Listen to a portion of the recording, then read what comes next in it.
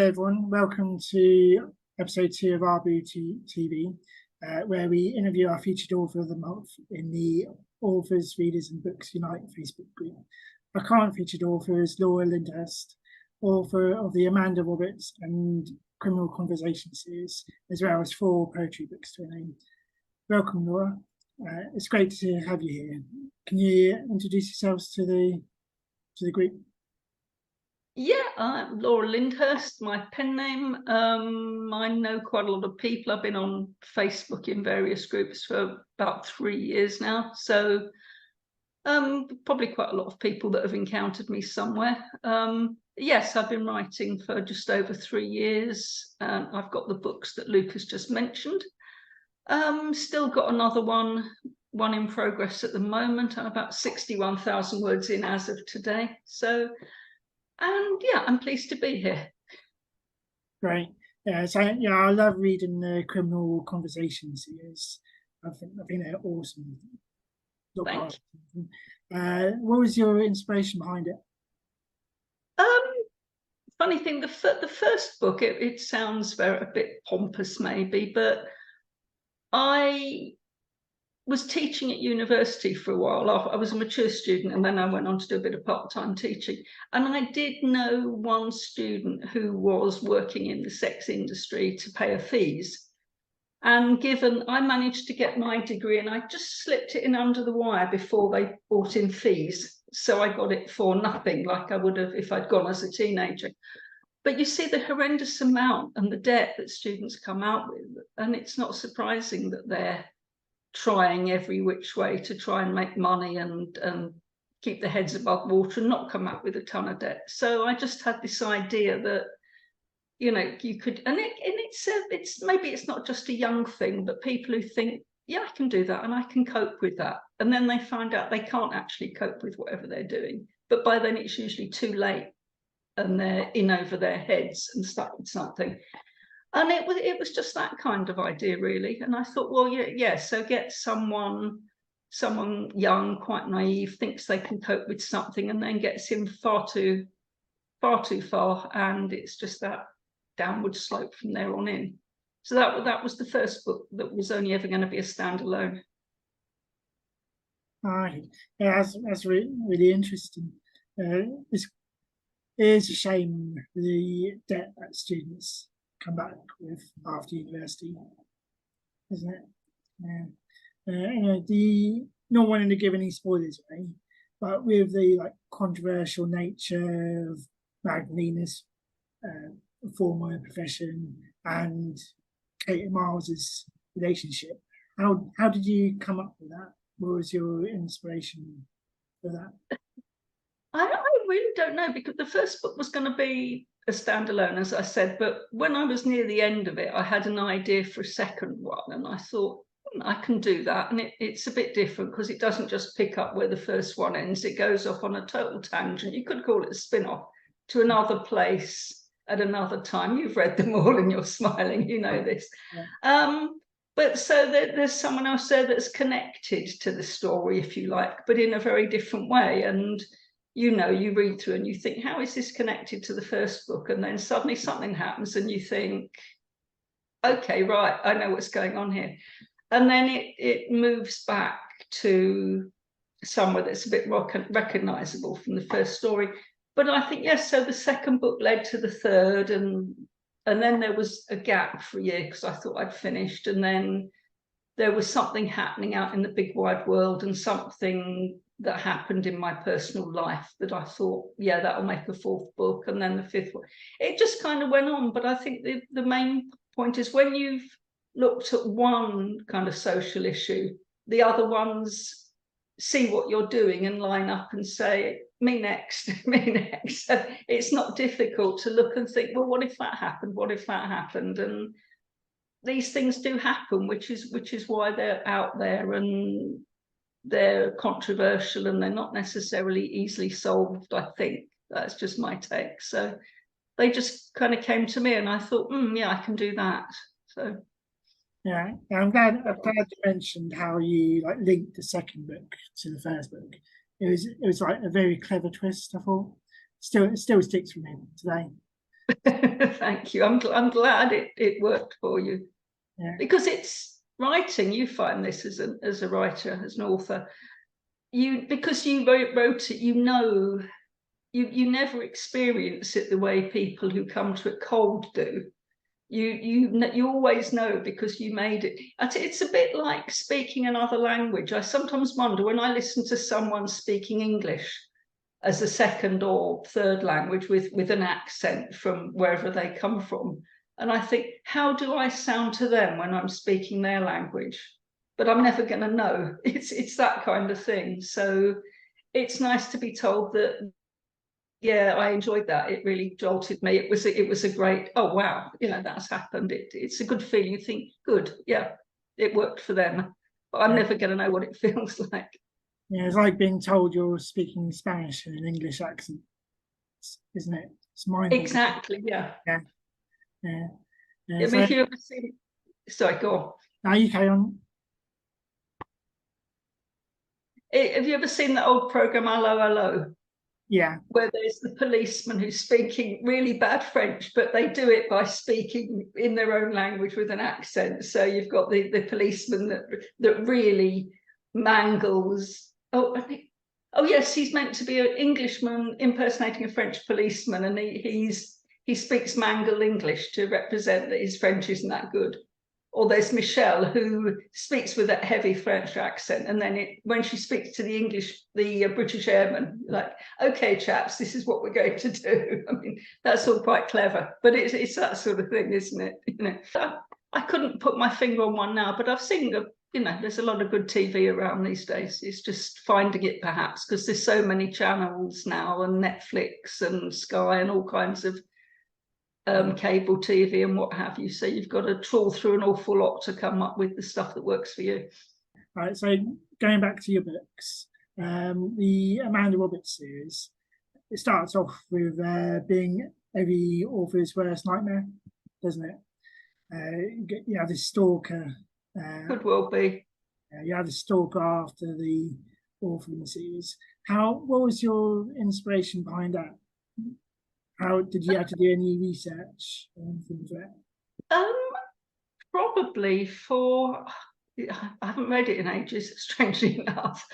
The idea, I mean, and it was a book I was never going to write. I was getting ready to write the second book of the Criminal Conversation series.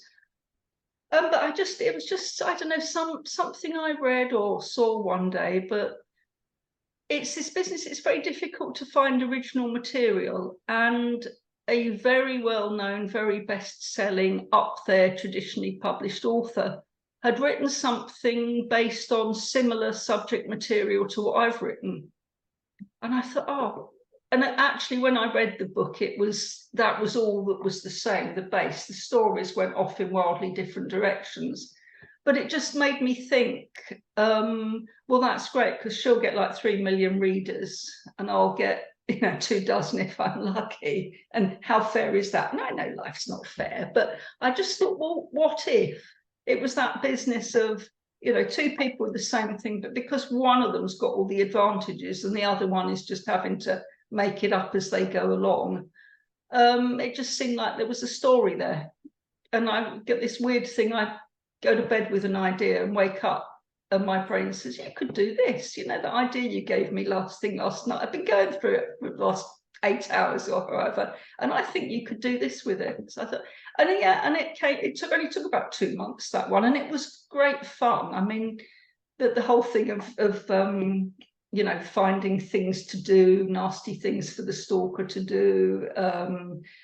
It was immense fun, and I'm not sure with them. I had to do a bit of research because there's a lot of internet stuff going on. I mean, I've never been on the dark web or hacked anyone or made false social media accounts or any of that, but I know it goes on. So I had to have a little look around and check with a few people I know that have worked on various undercovery things, perhaps you might say, dark, and find out. But don't hold me to any of it, but it works for the book. There's another character that I've written recently who you rather like, and we won't go into who that is because it's this business of spoilers, but there's something tempting about this kind of cloak and dagger, underhand means, doing things and no one knows you're doing them. You know, and you get off scot-free with it. Form a false social media account, screw someone's life up because they really pissed you off. Oh, sorry. And you want to get back at them. I think, yeah, that's such a good idea. So it's a good thing that there's no one out there that I really want to get at the moment, because I could be sorely tempted. But I wouldn't. I'm nice, really. I'm glad of that. We can't forget about your poetry. You have kind of eclectic mix. You have 4 books to your name. Notice that one of your influences are pictures. You like imagine the story behind the picture. Yeah. What are your other influences behind it? Behind all your poetry? I never wanted to write poetry at all. I hated it at school. We had to do drama, novels and poetry. And in the exam, we only had to answer on 2 of them. This is like that when I'm 14, 15. And I never did the poetry because I didn't really like it. But when I was in a Facebook group where the leader put a picture prompt up every day, and she said, I'm going to do this, and then you can just sort of write 3 paragraphs of prose. And I just sat down with it, and what came out, and it's a very, you know, it's kind of free verse. I don't do rhyming stuff, or not very often, occasionally maybe, but, you know, people have the idea poetry has to rhyme. Well, it doesn't. So it's more a sort of free idea of whatever the picture says, really. And I quite like that because it's good writing practice. If you can look at a picture or just a line, because the Thanksgiving poem book was more about word prompts, you know, do this, do that. It's just very useful practice. You look at a picture and think, right, what's the story in that? And it is that old-fashioned, every picture tells a story. And sometimes, occasionally, I might come up with something sensible, but more often it's something a bit more off the wall. And I quite like that. It gets the imagination going, I think is my excuse. Yeah, that's really good, because I was never into poetry at school either, and I weren't really into it until I joined the Facebook groups, and like reading your poetry and other poems. It definitely wasn't the poetry you learned at school, I thought. Yeah, I mean, well, I was at school a lot, much longer ago than you were there, but yeah, it was all very much Robert Browning. And I mean, I'm not. Oh, even when I went to university, actually, they forced us to do Wordsworth and the Romantic poets in the first year, and I hated that. And it was the first year compulsory model. I mean, I was in my 40s by then. And I thought, I'm sure they'd make this compulsory because nobody wants to study these. No one would ever take this module if they had any choice about it. So they forced you to do it in the first year. So I suffered through that because I just don't really like traditional poetry, if you know what I mean. Yeah. And I look more at poems now. And there's some very good things out there that I can enjoy and relate to. But yeah, a lot of stuff just doesn't cut it. I don't know why, but clearly you're the same. And I mean, it's a very niche thing now. I don't tend to push the poetry books because people aren't queuing up saying, oh, great, a book of poetry, I must have some of that, you know. And it really, I think I published them because I wrote the first couple of books of poems and put them on the Facebook group every day. And it was just a way of copywriting them and saying, these are mine, you know, hands off if anybody fancies. I reckon you'd be surprised to find a lot of people might be interested in it. Really did like that. That's just my opinion. I reckon you'll be surprised.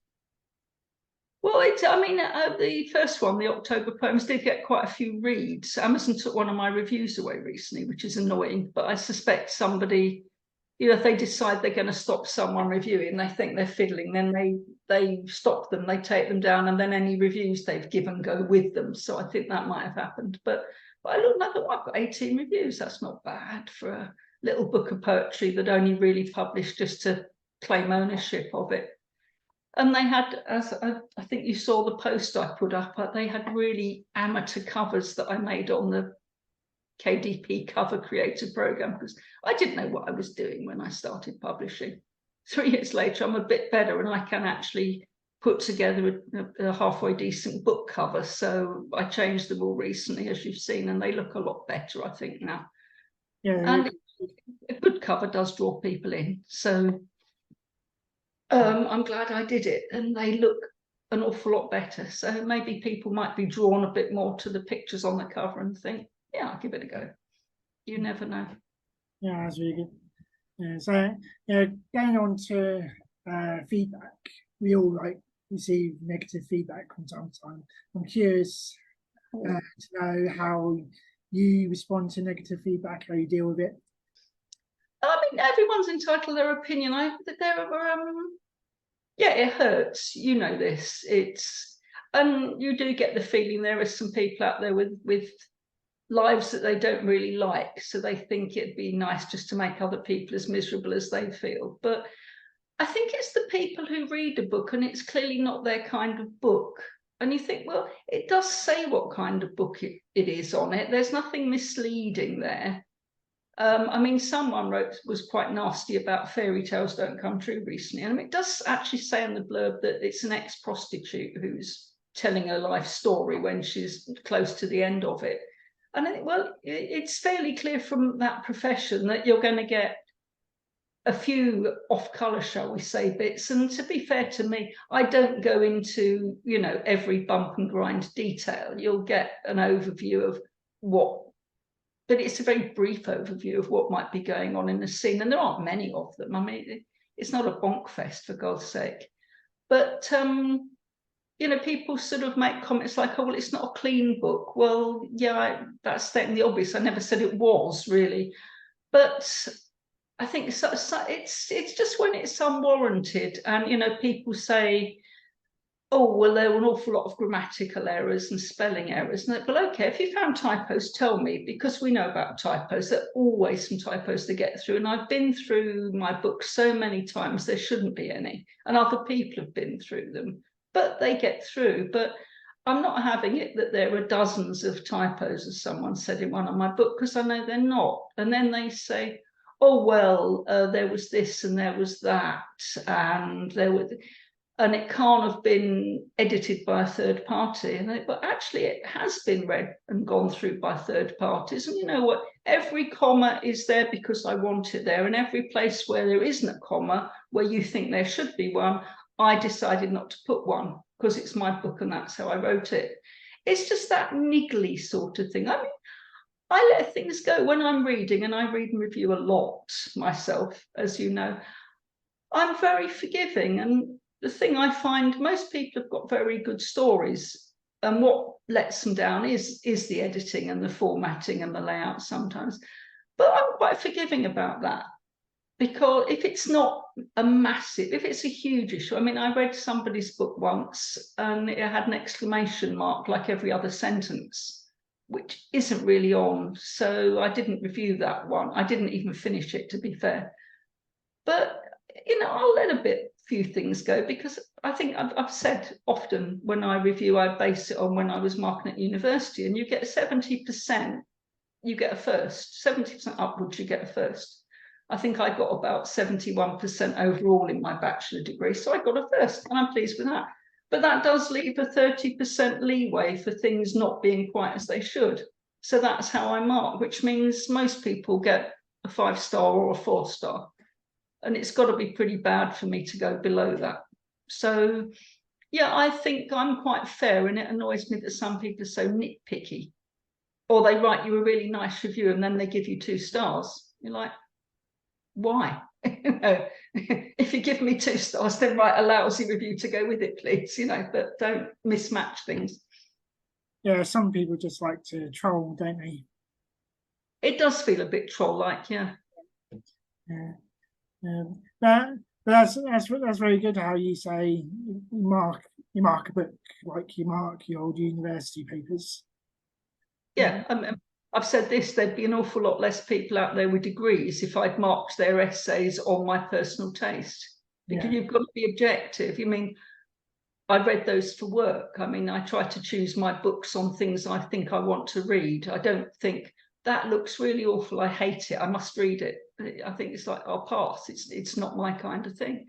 But I had to read those essays for work, and I didn't like some of the things that were said, and I didn't agree with some of the things that were said. But if they built a good case, a good argument with evidence for what they were saying, I couldn't say that's not true, because nothing's, you know, totally true or totally not true. If they've said the book says this, and based on that, I say that this is the case. I think, well, and a lot of it is, it's about building a good argument is what's being learned when you're writing those essays about books or whatever. So yeah, I go with that. I know that writing can be a tedious task. I'm curious to know, do you experience any challenges with writing, like, you know, like everyday life, that kind of thing? No, I'm retired now, so it's easier. And I'm in awe of people like you who have got a full-time job and a family, you've got a child, and you've got to fit it all in. I mean, I've heard you say that you're off to the gym at 10 at night sometimes, and I think, how do you do that? I'm asleep by then. So it's easier now that I'm retired, and I've got things I do, but it's just prioritizing. And I'm not one of I know people who drive themselves with writing, and if they don't write something every day, they're upset, they're worried. I'm not like that. If I have an idea, I'll have an idea at 3 o'clock in the morning, and I'll get the phone out and I'll be tapping notes into the phone so that I can type them up the next morning. But if nothing comes, I mean, I had about a very long gap between the last book of the trilogy and the next book. I think, I don't know, I've had about 10 months between books at one point, and I wasn't worrying. And then I suddenly had the idea for two books all at once. So I thought I was kind of doing them side by side, and then I had to put one aside to finish the other one, and then I went back to that. But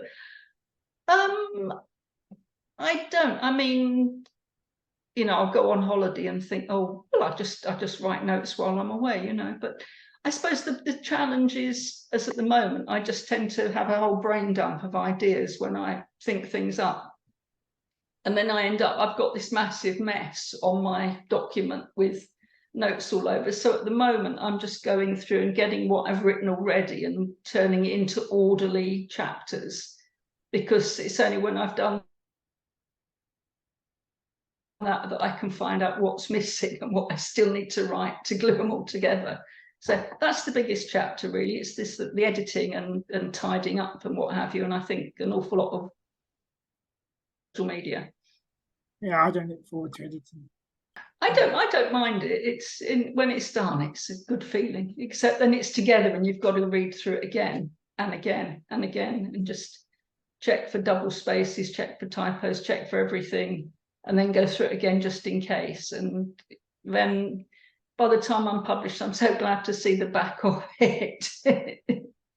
And then there's that torture of, okay, so what can I do now? And if an idea comes, I'll go with it. But if not, I'll just go off and do other things. And one day I might have another idea and I'll write that up if I do. I shall see. So I suppose the massive challenge is the publishing. I hate technology. I'm awful with uploading manuscripts and uploading covers, and then it comes back and says your cover's not quite big enough. You know, got to get that changed. But it happens. I manage. I get there. I don't know how, but I do that. And at least I can do it. At least I can self-publish, not like many years ago when you couldn't. Yeah, it's much easier these days. Yeah. I can't believe the way technology's gone, all the things we can do now that we couldn't. Yeah. And I'm grateful for that. I'm pleased for that.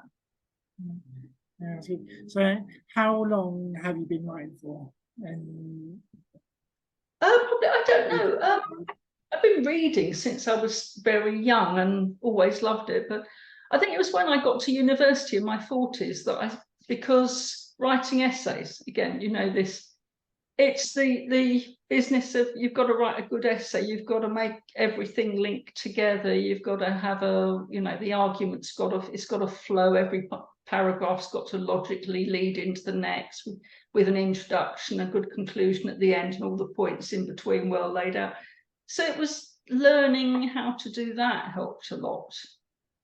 And I did, in my first year, I did a module on the history of storytelling, really, from ancient times to the present, but it went through the old oral tradition of how you tell tales, and when people started, the kind of techniques they used to tell an effective story. And that was massively useful. And we were actually encouraged to write our own little tales and then take them into the seminar and read them out. And that was great fun.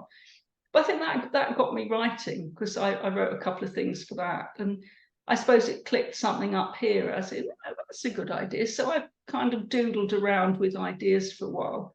And then I got this one idea, the specific idea for fairy tales, and thought, well, and hence fairy tales, you see, because of the having done this course on telling tales. And I thought, well, I could probably make a whole book out of that. So I went with it. And yeah, it worked. And so that got me into it, I suppose. And then having done that book, and the idea for the next one came along, and it's just kind of kept going, and the poems came in there somewhere.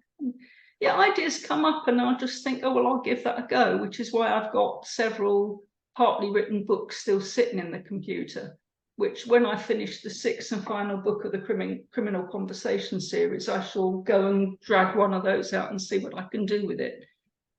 How are you getting on with the 6th book?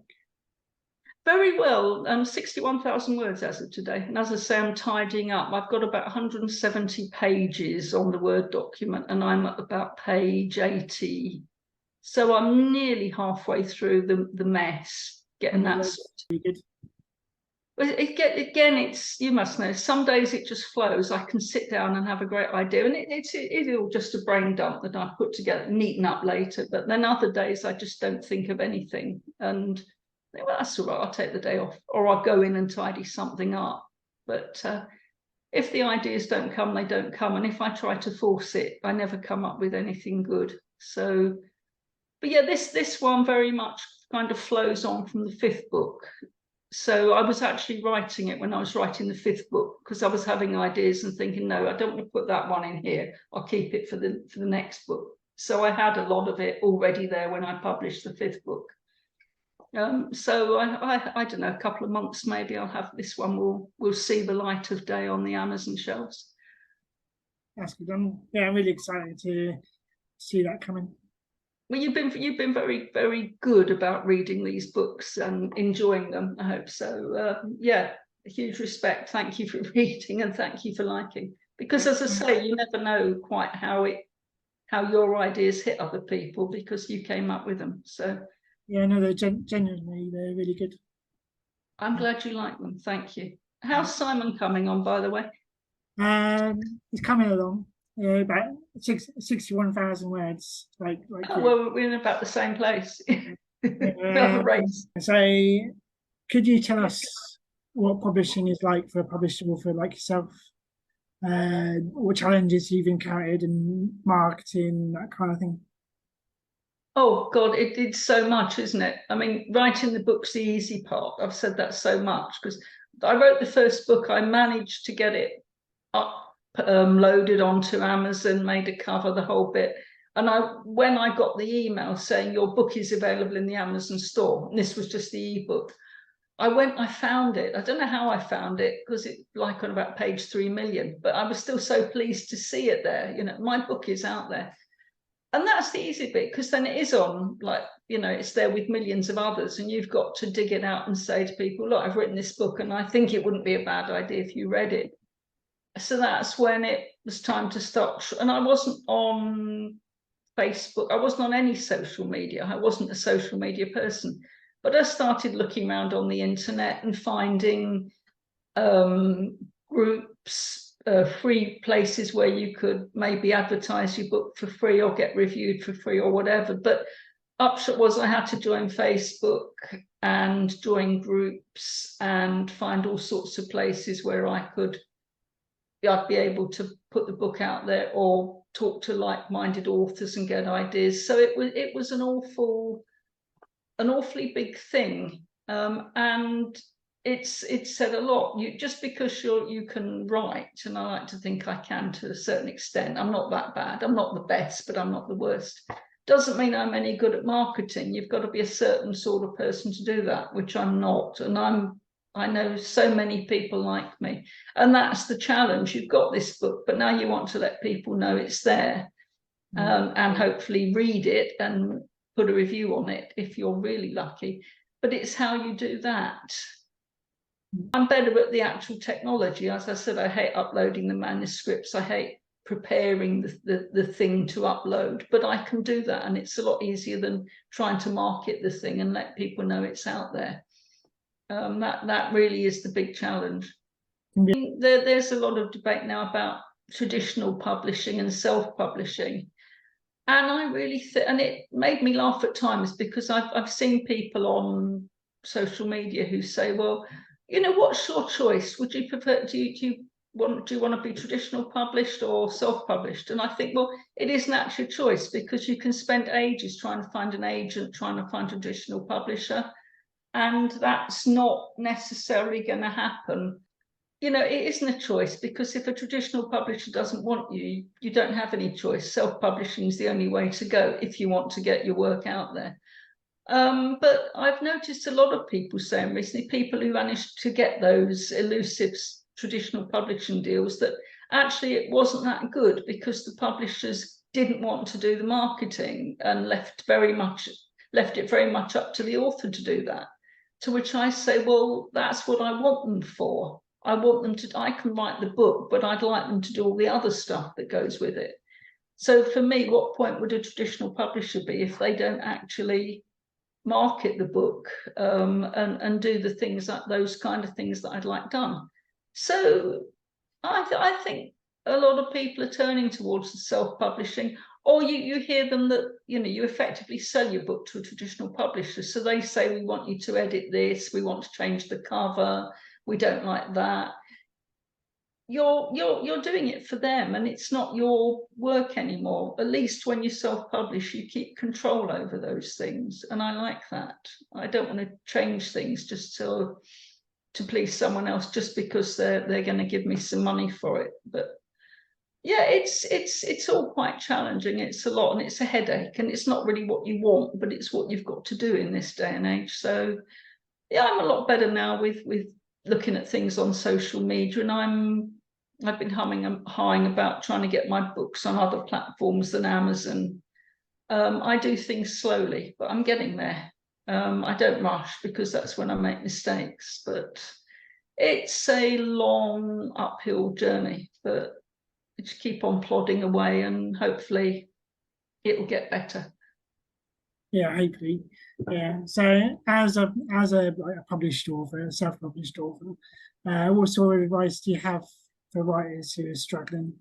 Just, well, take it a step at a time. Again, don't punish yourself. Don't feel that you've failed if you don't write every day, or, you know, it's not going to be easy. So take your time with it, go carefully with it, say it your way,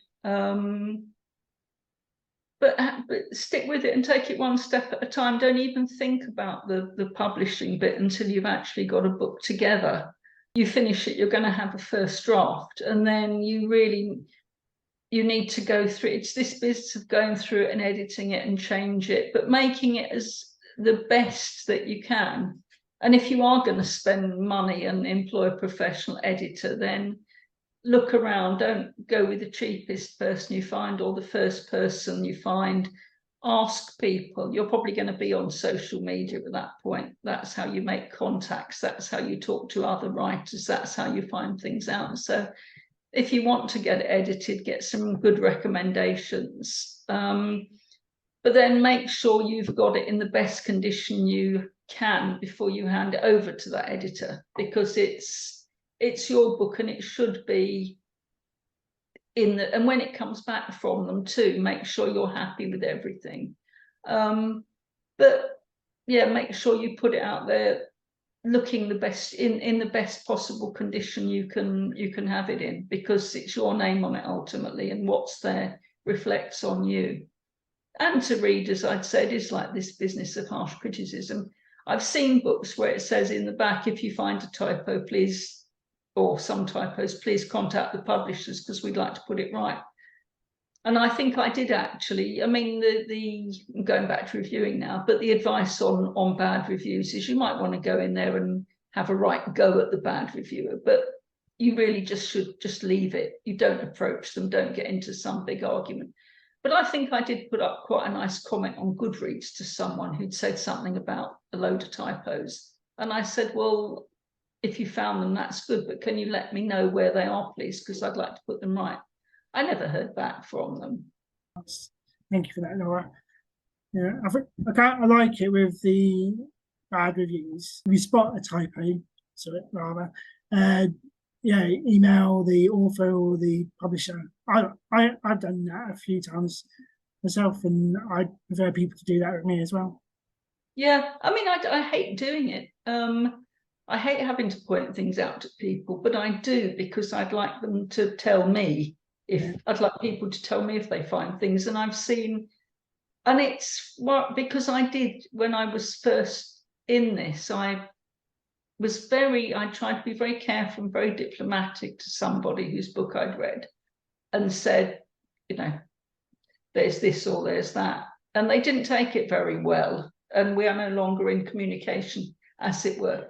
So I thought, well, I didn't intend to upset them. But the thing is, it's back to the negative criticism. None of us like it. Sometimes it is warranted. And you can tell, I mean, there are very fair reviewers who'll say, well, I really liked this, although this could have been a bit better than that. And you think, okay, well, that's fair enough. And a lot of what I get is for the first book, and it was the first book, and I've edited it since and improved it, I like to think, since. But yeah, we can all learn a bit. But yeah, I'd like to be told if there are specifics. You've got a typo there, and I'm fine, right? I'm on the manuscript now. It will be uploaded with the correction in it within a couple of hours, when I've finished what I'm doing, and I can do that. But yeah. Yeah, that's good. Yeah, so apart from the 6 criminal conversation book coming out, have you got anything else in the pipeline? I've got a standalone psychological suspense that I had a very good idea for at one point and started, and it's about 55,000 words, and it's very messy, which is my way. And then I had an idea for something else, and I pushed it aside, and I've never got back to it yet. But yeah, when this 6th and final book in the series is done, then I'll be looking for something, and that's probably the one that I shall work on. And hopefully, it won't take too long. Although it's got quite a few characters with quite a few storylines, so I'll be like you with my little boxes of this is this person, this is that person, and who's going to do this? It's match the character to this particular piece of action. Who would that fit nicely with? Yeah, so that will be the next one, and I don't know how long it will take because I'll have to read through what I've done again and get to grips with it again. But yeah, I won't be sitting around twiddling my thumbs thinking, haven't got anything to write. There's plenty of bits and pieces sitting in the computer, but that'll be the first one, I think. Just given there's so much of it, it would be a shame not to finish it. Yeah, you haven't got any ideas for more criminal conversations then? I think I have to let that one. You'll see the 6th book, see what you think. I think I have to let that go. But you never know. I mean, there are a lot of characters in there, and some that might make a suitable spin-off. I'd have to see. But I won't sit down and try to come up with something. I'll just wait and see what the brain does with it. And I might wake up one morning and my mind will be saying, you could do this with that person. And I'll think, oh yeah, maybe I could. So you never say never, do you? You just have to see, leave it and say, well, I think I finished with that, but you never know. I don't want to be like, and we've all seen this, you get these TV series or a series of films where it's doing really well and they never know when to stop. Did you ever watch Red Dwarf? Oh, I love Red Dwarf, yeah. My husband doesn't like many TV series, but Red Dwarf was one he loved. And it started with a really cheap budget and it was doing really well. So the sets improved, the costume, everything improved. And in series 5 and 6 issue, it was at its peak. And then it went downhill for a bit because they just kept going with it. And it was like the same stories rehashed or in different ways. And then it got better again, but it was this, you watch it and you think, no, this just isn't as good as it was. You really should have known when to quit. You quit when you're ahead, you know, you were at a great point, just leave it there. And that happens with so many series. They just keep going and going and going when the thing's really past its sell-by date. This is just my opinion, but I don't want to be like that. I don't want to be knocking something out just for the sake of. But if the idea comes and I think it's a goer, then I'll go with it and see what happens. I don't think you knock Red Dwarf, really. My personal opinion. No, favourite episode. I like the one where time was going backwards. Oh, they go to Nod Nod. Yeah. It's very good. Time was going backwards. I like that one.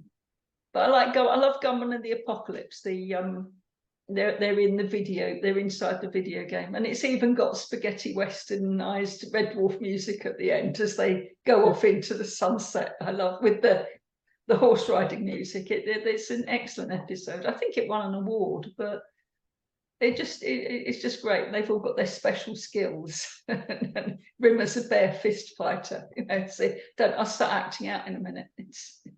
There's excellent stuff. Thoroughly enjoyed it.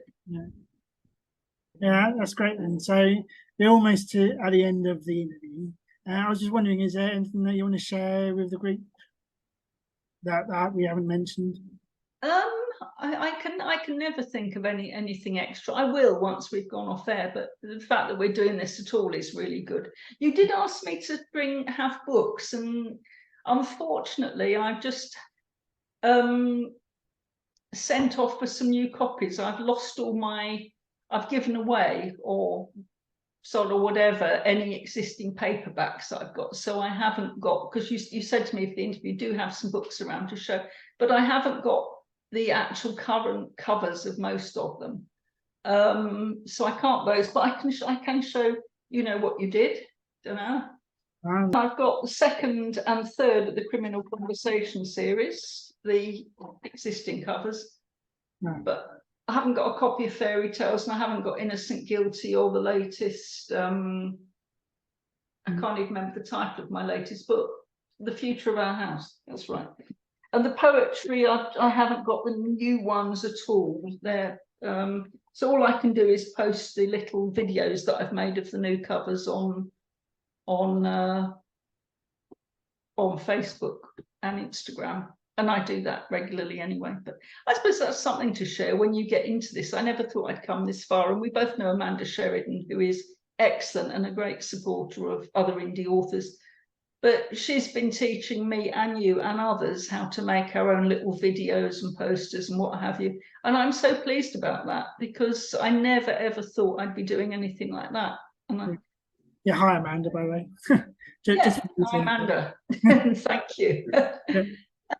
And I can even make my own little book covers now, paperback versions. So I'm pleased. Was emboldened to go off and find a program whereby I can even get the spine measurement right for the paperback. And when I loaded the first one, made them in Canva, and when I loaded the first one onto Amazon and it fit beautifully into the little frame, that was such a good feeling. So yeah, you write a book and you end up, you can do a bit of marketing and a bit of, getting your book out there, and you can make posters to advertise it and videos to advertise it. And I think, gosh, I never knew I'd be able to do all this stuff. And you can keep on writing because the ideas keep on coming. But yeah, anyone doing it, I'd say keep with it, have a go, and do everything possible you can to practice and improve your skill. Like writing reviews. I like writing reviews. If you get a good book, you can write a really good review. And it's good creative writing practice. And ditto with seeing a picture and thinking, what story could I put to that? So there's all sorts of things you can do to practice. So if you've got the idea and you think you could write a book, do it, go with it, because there are many people who never thought they could, and they are. And it doesn't matter what age you are either. I know people in their 80s who have just started writing. So if you want to do it, go with it, go for it. Why not? What have you got to lose? yeah, great piece of advice. Great, yeah, great thing to leave us on. Thank you for the interview. Thank you very much, Lucas, Yeah, it was for great. Yeah, it was great talking to you. and you too, and thank you. Cool.